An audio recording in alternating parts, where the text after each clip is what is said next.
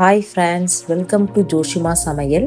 Kerala special வாழைப்பழம் இடியாப்பம் எப்படி செய்கிறதுன்னு பார்க்கலாம் வாங்க. இது டேஸ்ட்டு ரொம்ப சூப்பராக இருக்கும்.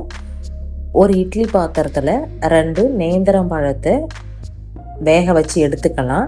இது வேகிறதுக்கு கரெக்டாக 10 நிமிஷம் ஆகும். இப்போ 10 நிமிஷம் ஆயிடுச்சு. ஓப்பன் பண்ணிவிட்டு பாருங்கள், நல்லா வெந்திருக்கு வாழைப்பழம். இது வேற ஒரு பிளேட்டுக்கு மாற்றி வச்சிடலாம். இது நல்லா கம்ப்ளீட்டாக ஆறணும். ஆறுனதுக்கு அப்புறம் மேலே உள்ள தோலை எடுத்துருங்க. எடுத்துட்டு இந்த வாழைப்பழத்தை 2ஆக கட் பண்ணுங்க கத்தியை வச்சு. இது சென்டராக உள்ள பகுதியில் ஒரு நரம்பு மாதிரி இருக்கும், ஒரு நார் மாதிரி இருக்கும். இதை எடுத்துருங்க. இதை கட்டாயம் எடுக்கணும். இது எடுக்காமல் விட்டுட்டிங்கன்னா நம்ம இடியாப்பம் புழியும் போது இடியாப்ப குழாயில் மாட்டும், புழிய வராது, கஷ்டமாக இருக்கும். அதனால் எல்லாத்துலேயுமே இருக்கிறத இது மாதிரி ரிமூவ் பண்ணிவிடுங்க. இப்போ எல்லாமே எடுத்தாச்சு. இதை ஒரு மிக்சி ஜாரில் சேர்த்து கொஞ்சமாக தண்ணி ஊற்றி அரைச்சிக்கலாம். தண்ணி ஊற்றாமல் அரைச்சிங்கன்னா அரைக்க கஷ்டமாக இருக்கும். அதனால் லைட்டாக தண்ணி ஊற்றி நல்லா குழைய அரைச்சி எடுத்துக்குங்க. இது ஒரு ஓரமாக அப்படியே இருக்கட்டும். ஒரு பாத்திரத்தில் 1 கப் நான் இடியாப்ப மாவு எடுத்திருக்கேன். நீங்கள் இடியாப்ப மாவு பதில் பச்சரிசி மாவு கூட எடுத்துக்கலாம்.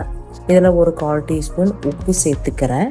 நம்ம ஏற்கனவே அரைச்சி வச்ச வாழைப்பழத்தை இதோட சேர்த்துக்கலாம். கேரளாவில் இதை மாதிரி அடிக்கடி செய்வாங்க. டேஸ்ட் நல்லாயிருக்கும். நீங்களும் ஒரு முறை இதே மாதிரி ட்ரை பண்ணி பாருங்கள். இந்த வாழைப்பழத்தை சேர்த்ததுக்கப்புறம் தண்ணி எதுவும் சேர்க்காம இதில் உள்ள ஈரப்பதத்திலேயே ஃபஸ்ட்டு நல்லா மிக்ஸ் பண்ணி விட்டுக்கோங்க. இதை நல்லா மிக்ஸ் பண்ணதுக்கப்புறம் கொஞ்சம் கொஞ்சமாக தண்ணியை தெளித்து விட்டு பிசைஞ்சிக்கோங்க. எனக்கு இந்த பாத்திரத்தில் பிசைய கஷ்டமாக இருந்ததால் ஒரு பெரிய பாத்திரத்தில் நான் மாற்றிட்டு கொஞ்சம் கொஞ்சமாக சேர்த்து இடியாப்ப மாவு பதத்துக்கு பிசைஞ்சு எடுத்துக்கோங்க. ரொம்ப டைட்டாகவும் பிசையக்கூடாது, ரொம்ப லூஸாகவும் பிசையக்கூடாது. நமக்கு புளிய வர மாதிரி பிசைஞ்சு எடுத்துக்கணும். டைட்டாக பிசைஞ்சிங்கன்னா இடியாப்ப குழாய் விட்டு வெளியில் வர்றதுக்கு கஷ்டமாக இருக்கும். இப்போ பிசைஞ்சதுக்கப்புறம் இடியாப்ப குழாவில் சேர்த்துக்கோங்க. ரொம்ப தண்ணியாக இருந்துச்சுன்னா பிழியும் போது தண்ணியாக தான் வெளில வரும். இப்போ சேர்த்ததுக்கப்புறம் நான் வாழை இலையில தான் செய்துக்கிறேன். கேரளாவில் வாழை இலையில தான் இடியாப்பம் செய்வாங்க.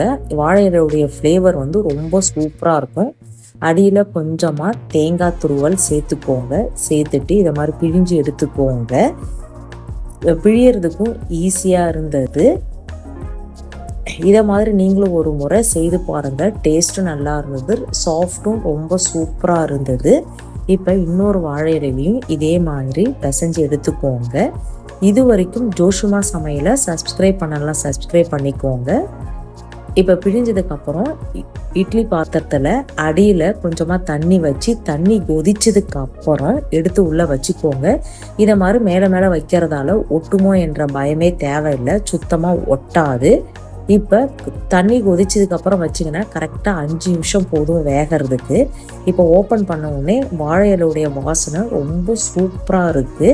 இதில் சுத்தமாக ஒட்டாது, அப்படியே எடுக்கிறதுக்கும் ஈஸியாக வரும். இதுக்கு சைடிஷ்ஷாக சர்க்கரையோ இல்லை நாட்டு சர்க்கரை இல்லைன்னா குருமா, தேங்காய் பால் எது ஒன்றாலும் வச்சுக்கலாம். டேஸ்ட்டு ரொம்ப சூப்பராக இருக்கும். நாங்கள் இன்றைக்கி குருமா தான் வச்சு சாப்பிட்டோம். டேஸ்ட் அவ்வளோ இதுவாக இருந்தது. நீங்களும் ஒரு முறை ட்ரை பண்ணி பாருங்கள். Okay, bye. Thank you friends.